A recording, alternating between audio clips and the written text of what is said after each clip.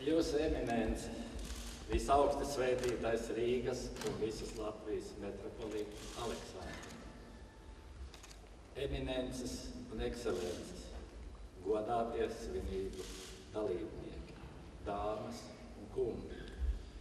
Šī diena, kad piedalāmies metropolīta Aleksandra pīskāpa kalpošanas 25 gadu jubilejas svētkos, ir nozīmīgi ne tikai Latvijas pareizticīgo baznīcai, bet arī visai mūsu valstī.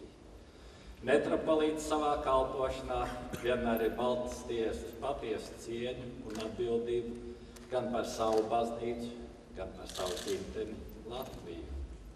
Metropolīta Aleksandra kalpošana sākās aizvadītā gadsimta 90. gados, laikā, kas bija smags un sarežģīts gan baznīcai, gan visai mūsu valstī. Tautas centieni pēc neatkarīgas Latvijas bija piepildīti. Priekšā bija liels un smags darbs, lai atgūto neatkarību nostiprinātu, balstot to uz stipriem laicīgās un garīgās dzīves pamatiem.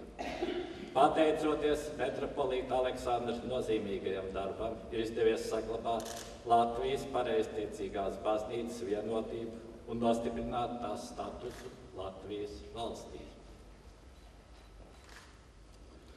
Tas ir ļoti nozīmīgi ne tikai baznīcai, bet arī visai sabiedrībai, jo tikai saliedētība dara mūs stiprus un neļauj pretnostatīt, sašķelt vai sanaidot.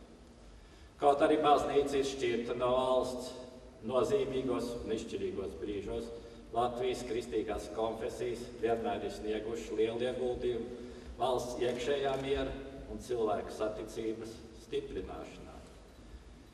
Viens no nozīmīgākajiem metropolīta Aleksandra nopelniem ir tas, ka Latvijas pareizticīgā baznīca ir vienota daudznacionāla baznīca, kurā kopā lūdzas daudzu tautību pareizticīgie. Tas ir viens no svarīgākajiem laicīgās sabiedrības saliedēšanas faktoriem, kas ir ļoti nozīmīgi mūsdienu sarežģītajā starptautiskajā situācijā. Pierādījums teicienam, ka miers baro, bet nemiers posta. Mēs pavisam uzskatām, redzam tepat Eiropā. Tas vēl un vēlreiz atgādina, cik trausls ir miers. Tādēļ tas jāsaudzē un jāstiprina visās mūsu dzīves jomās, ikdienu, ik brīdi. Pateicoties metropolīta Aleksandra stingrajai nostājai, pareizticīgā baznīca nav politizēta, un tās darbība ir vērsta uz Latvijas valsts un Latvijas sabiedrības nostiprināšanu. Viena no metropolīta Aleksandra prioritātēm ir labu starpkonfesionālo attiecību uzturēšanu. Latvija var patiesi lepoties ar savām ekumenismu tradīcijām, kur liels nopelns ir visām kristīgajām konfesijām. Metropolīts Aleksandrs ar savu personības spēku un dzīves gudrību, kas veidojasies ticības kalpošanas ceļā, patiesi un pelnīti bauda dziļu cieņu un mīlestību nevien no pareizticīgiem Latvijā un citiem pareizticīgajā pasaulē, bet arī no visdažādākiem mūsu sabiedrības pārstāvjiem. Atļaujiet izteikt visdziļāko pateicību metropolītam Aleksandram par viņa pašaizliecīgo kalpošanu,